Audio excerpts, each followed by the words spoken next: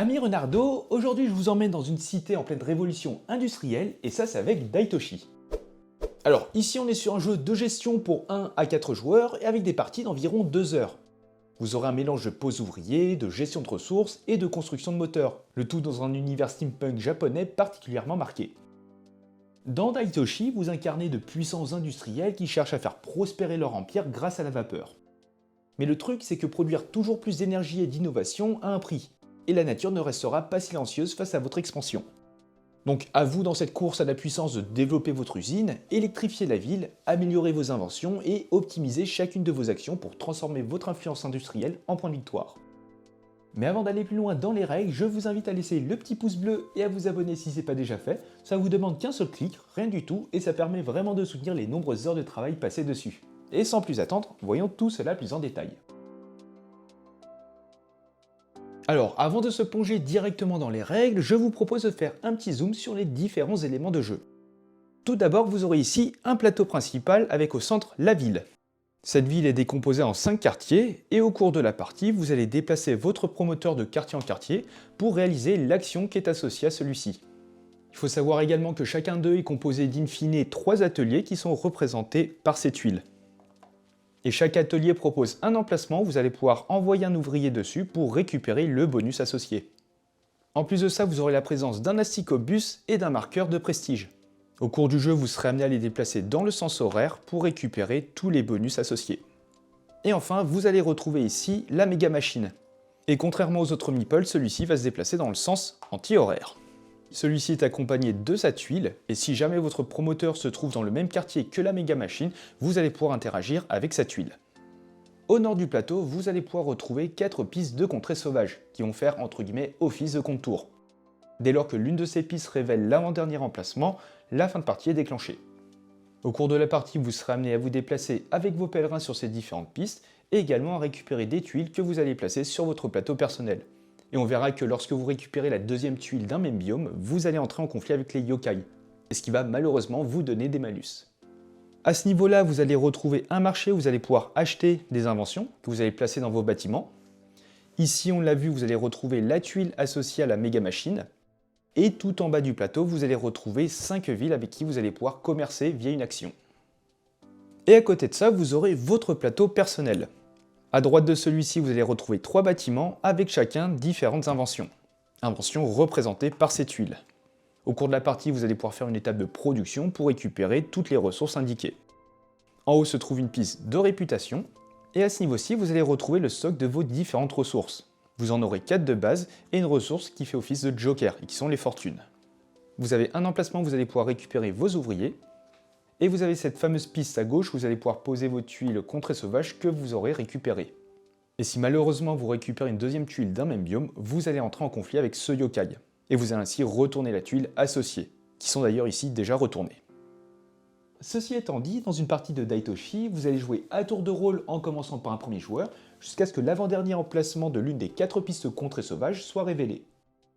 Et dans ce cas-là, après un décompte des points, le joueur qui en a le plus remporte la partie. À votre tour, vous allez devoir effectuer un type de tour parmi deux.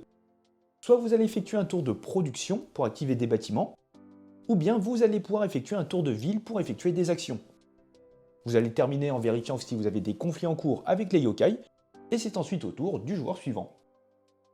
Si vous réalisez un tour de production, vous devrez absolument avoir votre marqueur production au centre. Si ce n'est pas le cas, eh bien vous devrez faire un tour de ville. Vous allez alors déplacer votre marqueur à droite et tous les joueurs pourront produire simultanément. Vous allez ainsi activer chacun de vos 3 bâtiments maximum une fois et ce dans l'ordre de votre choix. Et bien sûr en payant à chaque fois le coût en vapeur indiqué en bas de la colonne. A noter que vous possédez tous en début de partie une subvention gouvernementale et une seule fois au cours du jeu, vous pourrez décider de défausser cette subvention pour activer tous les bâtiments gratuitement. Mais si vous l'avez toujours en fin de partie, eh bien vous allez pouvoir avancer vos marqueurs progrès d'un total de 3 cases, mais on voit ça un peu plus tard. Lorsque vous activez un bâtiment, tous les étages qui comportent des inventions produisent des récompenses. Pour chaque invention, vous gagnerez celle associée à une coche bleue. Mais si vous êtes le chef de production, c'est-à-dire si vous êtes le joueur actif, vous gagnerez également les récompenses des coches roses, et vous doublerez ainsi vos gains. Et ce qui concerne les croix rouges, vous pouvez les oublier. Pour continuer, vous avancerez de une case le marqueur progrès de chaque invention que vous avez activée, si possible. Mais si vous êtes le chef de production, vous avancerez 2 fois, et vous gagnerez toutes les récompenses atteintes ou franchies en déplaçant vos marqueurs. Vous pourrez ainsi améliorer une invention, c'est-à-dire en glisser une vers le haut. Vous allez récupérer plus de récompenses lors d'une prochaine étape de production. Vous pourrez autrement préparer une invention pour la méga machine, marquer des points de victoire en déplaçant votre marqueur, ou encore défausser une tuile de votre choix depuis votre piste exploitation. En plus de ça, si vous êtes le joueur actif, pour chaque bâtiment que vous avez activé, vous pourrez avancer un pion pèlerin de la piste contrée sauvage de votre choix. Cela vous permettra de marquer des points en fin de partie selon des conditions. Enfin, à la fin de votre tour, vous allez déplacer également votre marqueur de production sur l'emplacement de gauche. Et au contraire, au lieu de faire un tour de production, vous allez pouvoir faire un tour de ville, avec quelques étapes à suivre. Vous devrez commencer par déplacer votre promoteur de 1 ou 2 quartiers dans le sens horaire. Mais à noter que vous pourrez également dépenser une vapeur pour avancer d'un quartier supplémentaire, et ce jusqu'à 3 fois maximum. Une fois arrivé dans un quartier, vous le placerez sur l'un des 3 emplacements disponibles. Celui de gauche et celui du milieu ne peut contenir qu'un seul meeple, et vous demandera de dépenser 1 ou 2 vapeurs. Sur l'emplacement de gauche, vous pourrez retirer tous les ouvriers de ce quartier, y compris les ouvriers sur la méga machine, si celle-ci se trouve actuellement dans le quartier. Cela vous permettra de placer vos ouvriers dans les différents ateliers pour récupérer les bonus associés. Sur l'emplacement du milieu, vous allez pouvoir placer des ouvriers s'il reste de la place. Et enfin, celui tout à droite qui peut accueillir 4 promoteurs, vous ne pourrez pas placer d'ouvriers lors de ce tour. Vous pourrez ensuite, si vous le pouvez, placer vos ouvriers depuis votre usine dans votre quartier. Chacun ne peut recruter qu'une couleur d'ouvrier, à l'exception de celui de la mairie. Si la méga machine se trouve dans votre quartier, son atelier est considéré comme faisant également partie de votre quartier. Il est donc disponible pour accueillir vos ouvriers de la même couleur. Et vous pourrez prendre autant d'ouvriers de votre usine pour les placer dans n'importe quel atelier disponible pour gagner la récompense indiquée. Par exemple ici, je vais pouvoir faire avancer mon pèlerin sur la piste rivière de 2 cases. Si vous placez un ouvrier du type de votre quartier sur l'atelier de la méga machine, vous gagnez la récompense de l'atelier ainsi que toutes les récompenses des améliorations débloquées.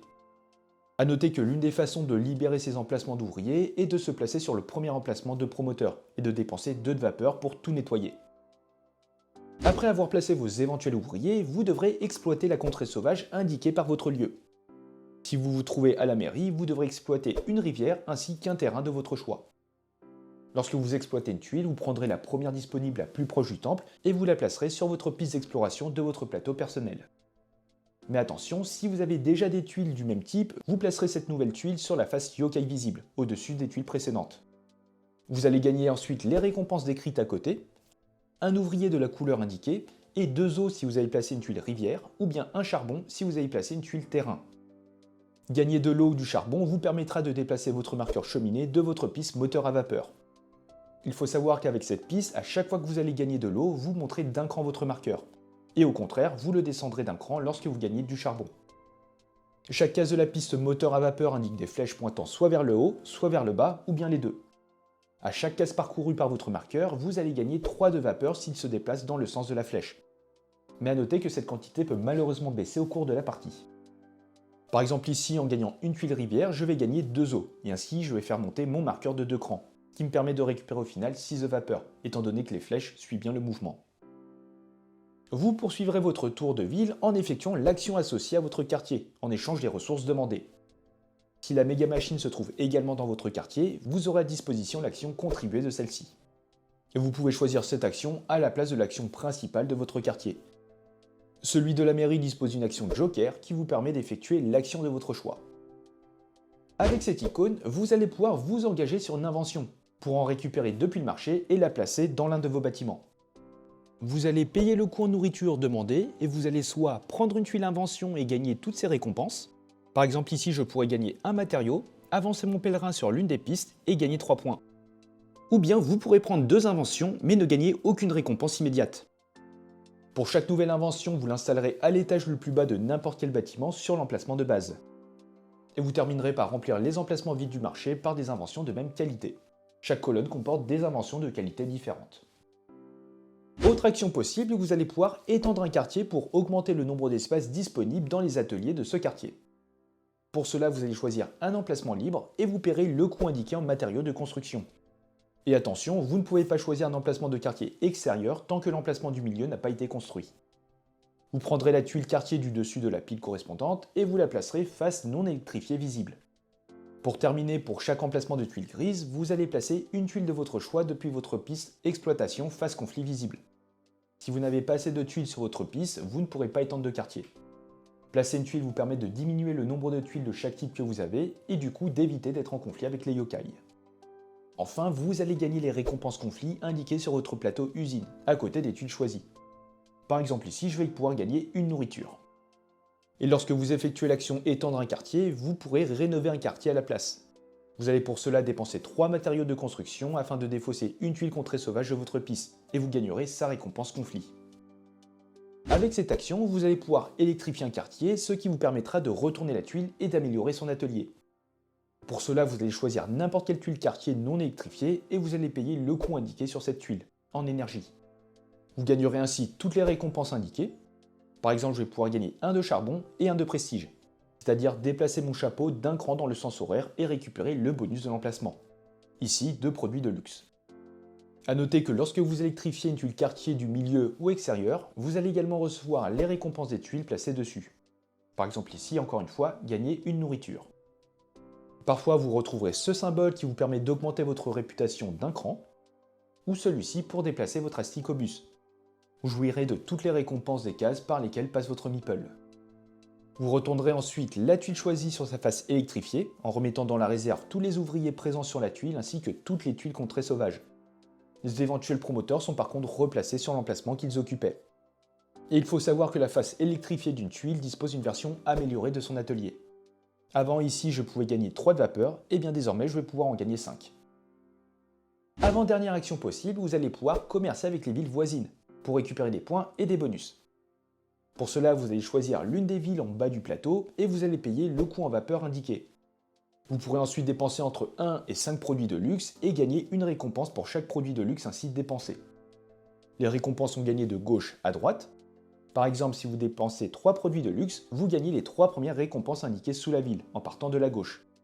Cette icône vous permet de créer un partenariat en plaçant l'un de vos drapeaux sur la ville avec laquelle vous êtes en train de commercer, tant que vous n'en avez pas déjà un.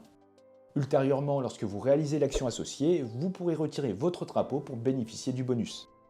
Ici, lorsque je récupère une tuile forêt, je pourrai retirer mon drapeau pour avancer mon pèlerin sur cette piste, gagner un ouvrier vert et un produit de luxe.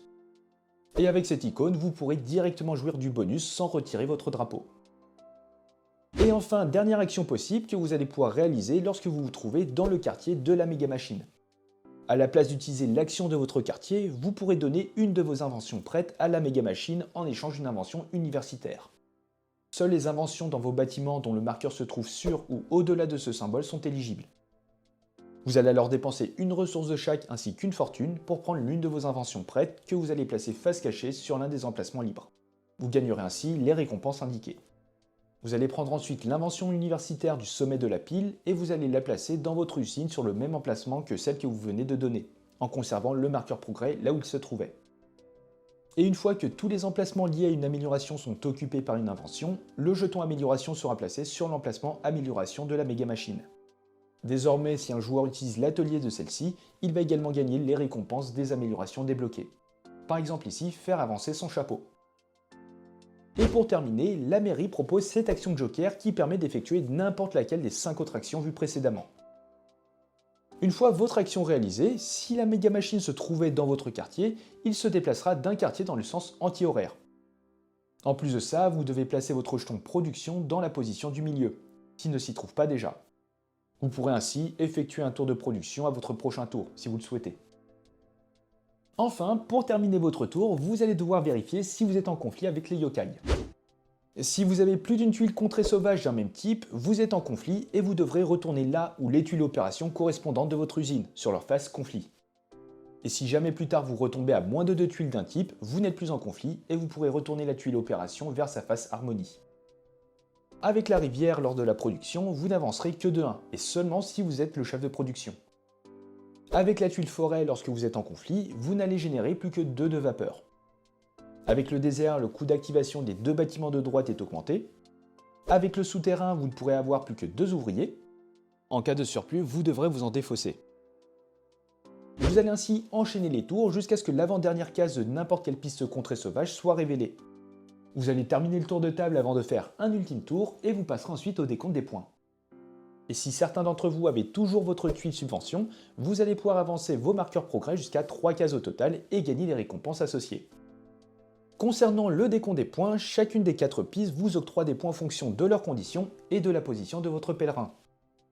Pour la forêt, vous allez gagner les points indiqués sur votre case, multipliés par le nombre d'inventions universitaires dans votre usine. Pour la montagne, vous allez gagner les points indiqués de votre case, multipliés par le nombre de marqueurs progrès arrivés au bout de leur piste. Pour les souterrains, vous allez gagner les points indiqués sur votre case, multipliés par le nombre de points que vous octroie votre niveau de réputation. Et enfin, pour votre rivière, vous allez gagner les points indiqués de votre case, multipliés par le nombre de types de contrées sauvages que vous n'avez pas en votre possession. Ensuite, il faut savoir que la piste rivière est également liée à un décompte négatif, et vous allez perdre les points indiqués sur la case de votre pèlerin, multipliés par le nombre de tuiles opération face conflit visible dans votre usine. Enfin, vous allez gagner 1 point par paire d'ouvriers ou ressources, quelle que soit la combinaison, et le joueur avec le plus de points remporte la partie. En cas d'égalité, c'est le joueur ayant le moins de tuiles opération face conflit visible dans son usine qui l'emporte. Si l'égalité persiste, ça sera le joueur ayant le plus d'inventions dans son usine. Sinon, c'est le joueur dont les pions pèlerins sont les plus avancés qui gagne. Et sinon, la victoire est partagée. Et les amis, pourquoi ne pas faire quelques tours de jeu afin d'avoir un meilleur aperçu de ce qu'il propose? Alors ici on est sur une configuration de joueurs avec un joueur vert et un joueur violet. Concernant la mise en place, elle a déjà été faite. On a donc préparé les plateaux personnels et préparé les différents meeples qu'on a placés dans la ville. A noter que dans une partie à 2 joueurs, vous aurez la présence d'un promoteur neutre. Et tout simplement, lorsque vous vous arrêtez dans son quartier, il va se déplacer de 3 cases. Et il occupe tout simplement l'emplacement du milieu. Et sans plus attendre, on va démarrer ce début de partie en commençant par le joueur vert, qui est premier joueur. Il a donc le choix entre faire un tour de production pour activer ses bâtiments et ses inventions, ou bien de réaliser un tour de ville pour se déplacer dans les quartiers et effectuer l'action associée. Et c'est d'ailleurs ce qu'il va décider de faire. Il va tout simplement décider de se déplacer d'un seul quartier. A noter qu'il a la possibilité de dépenser des jetons de vapeur pour progresser davantage. Une fois arrivé dans un quartier, vous allez devoir choisir l'un des 3 emplacements. Pour rappel, celui de gauche, vous allez devoir dépenser 2 de vapeur pour retirer tous les ouvriers déjà présents et pour pouvoir poser les vôtres pour récupérer le bonus. Mais ici, il n'y a pas d'ouvriers et je n'ai surtout pas d'ouvriers dans mon usine. L'emplacement du milieu pour 1 de vapeur, vous allez pouvoir poser des ouvriers sur les emplacements libres. Encore une fois, je n'ai personne. Et du coup, je vais me poser sur ce dernier emplacement où je ne vais pas poser d'ouvriers. Ceci étant fait, je vais ensuite exploiter la contrée sauvage associée. Et si on me demande de récupérer une tuile, hop, rivière. Cette tuile-là, je vais la poser sur mon plateau personnel et je vais récupérer les récompenses associées. Donc ici, un meeple bleu. Hop là. Et ensuite, 2 os. Donc je vais donc progresser, enfin faire monter mon marqueur de 2 crans. Et étant donné que je progresse dans le sens inverse de la flèche, je ne récupère pas de vapeur. Et enfin, je vais pouvoir réaliser l'action associée à mon quartier, qui est de récupérer des inventions. Alors soit j'en récupère une et je récupère les bonus, ou bien j'en récupère 2 et nada. Ici, je vais tout simplement dépenser une nourriture pour récupérer cette petite invention, que je vais placer dans l'un de mes bâtiments. Alors ici, 2 possibilités. Soit je décide de placer cette invention à ce niveau-là dans un seul bâtiment, ce qui me permet lors d'un tour de production de ne payer que 2 de vapeur pour activer mes 2 inventions. Ou bien je décide de placer celle-ci dans un autre bâtiment. Je vais certes payer beaucoup plus, 1 de plus, mais au moins je pourrai progresser davantage sur les pistes contrées. Parce que pour rappel, vous allez marquer des points en fonction de l'emplacement de la position de vos pèlerins sur ces pistes. Et ici, je vais décider, de placer cette invention dans mon 2e bâtiment. J'ai payé ma nourriture et je récupère ensuite mes bonus. Donc ici, hop, je récupère ce que j'ai payé. J'avance mon asticobus d'un emplacement. Et ben dis donc. Et je vais ainsi récupérer une énergie. Et enfin, je vais marquer un point de victoire. Tchouk. Ceci étant fait, on recomplète la rivière. Et on passe à notre étape de maintenance. Je ne suis pas dans le quartier de la méga machine, donc je ne fais rien. Et c'est ensuite au tour du joueur suivant. Alors, Madame Violette va elle aussi se déplacer d'un quartier seulement en se mettant sur le dernier emplacement. Car encore une fois, elle n'a pas d'ouvrier. Elle va, elle, récupérer une tuile souterrain. Donc on prend la tuile qui est le plus proche du temple. Et elle va récupérer un meeple rose et du charbon. Elle va donc descendre d'un cran son marqueur. Pour continuer, elle va réaliser l'action d'étendre un quartier. Elle va donc choisir un emplacement disponible de n'importe quel quartier, pas forcément dans le quartier où elle se trouve. Admettons celui-ci, et elle va juste payer 2 matériaux. Parce que de toute façon, elle n'aurait pas pu construire cet atelier-là, étant donné que l'emplacement du milieu est vide. Elle dépense donc ces matériaux. D'ailleurs, elle commence avec une ressource de chaque. Du coup, on est à 0 et on va dépenser notre fortune, qui pour rappel est une ressource joker. Et je vais placer le premier atelier de la pile. Hop là! Et pour terminer, je vais devoir placer l'une de mes tuiles que j'ai sur ma piste exploitation de contrée sauvage sur les emplacements gris du nouvel atelier. Et je vais ainsi marquer les récompenses de celui-ci. Du coup, avancer mon Asicobus de 2 crans. 1, 2, je récupère une vapeur et un d'énergie.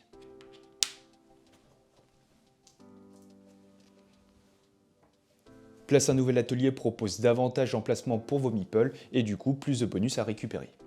Au niveau de la maintenance, on se retrouve dans le même quartier que la méga machine. Elle va donc se déplacer d'un cran, d'un quartier, dans le sens trigonométrique.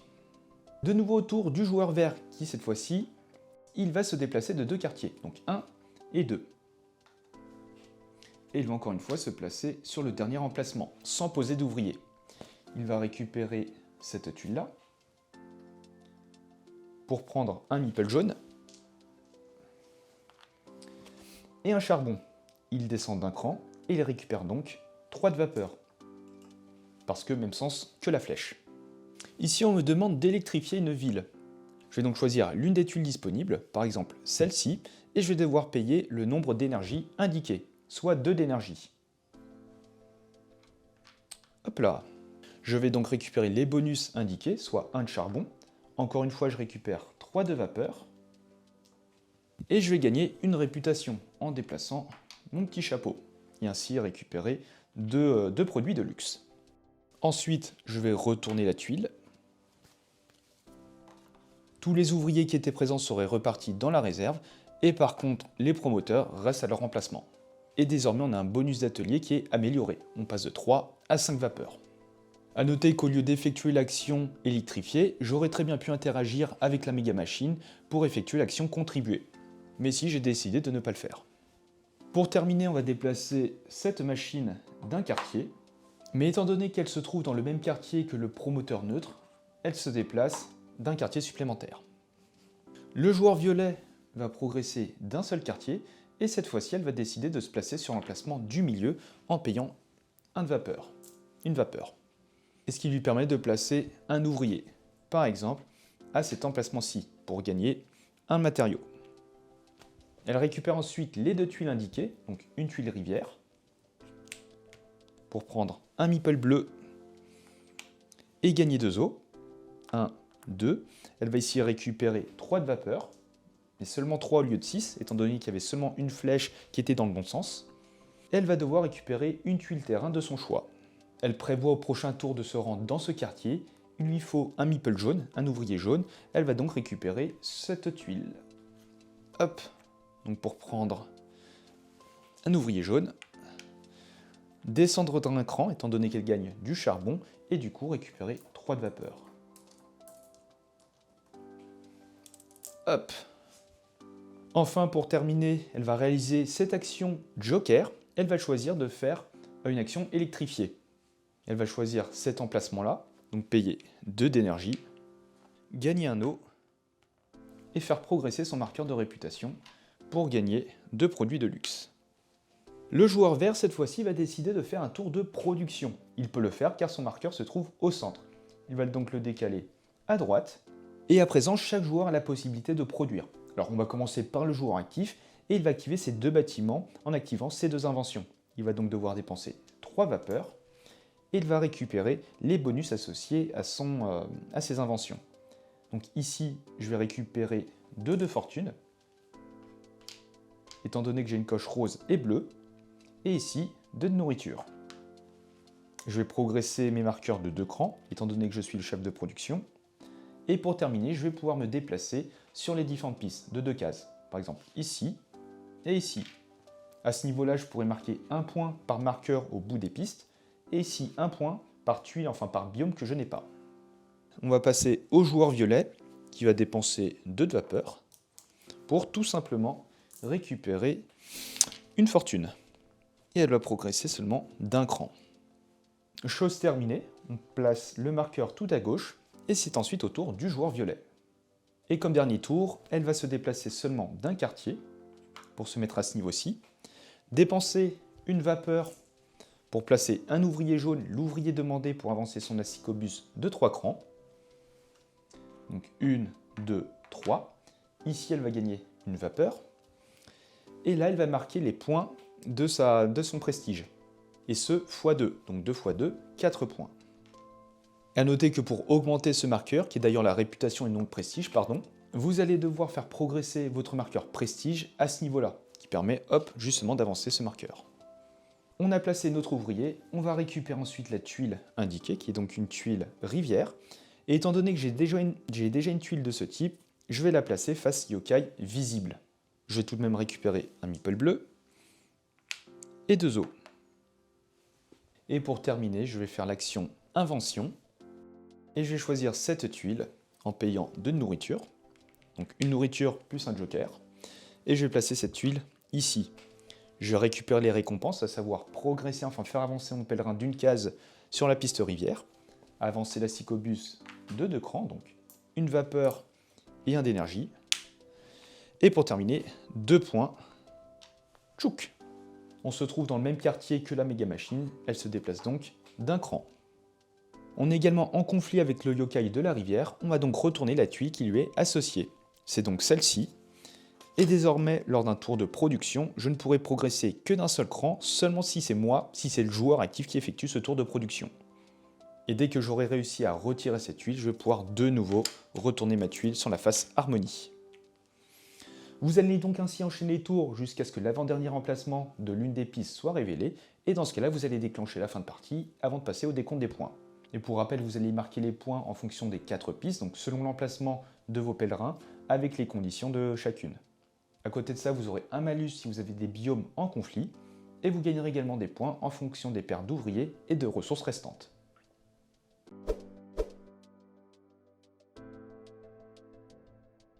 Et voilà les amis, vous êtes désormais prêts à bâtir votre ville industrielle. N'hésitez pas à me dire ce que vous en pensez dans les commentaires, et si le jeu vous intéresse et que vous souhaitez soutenir la chaîne, eh bien n'hésitez pas à utiliser le lien qui est en description. Et sur ce, portez-vous bien, et on se dit à la prochaine. Ciao!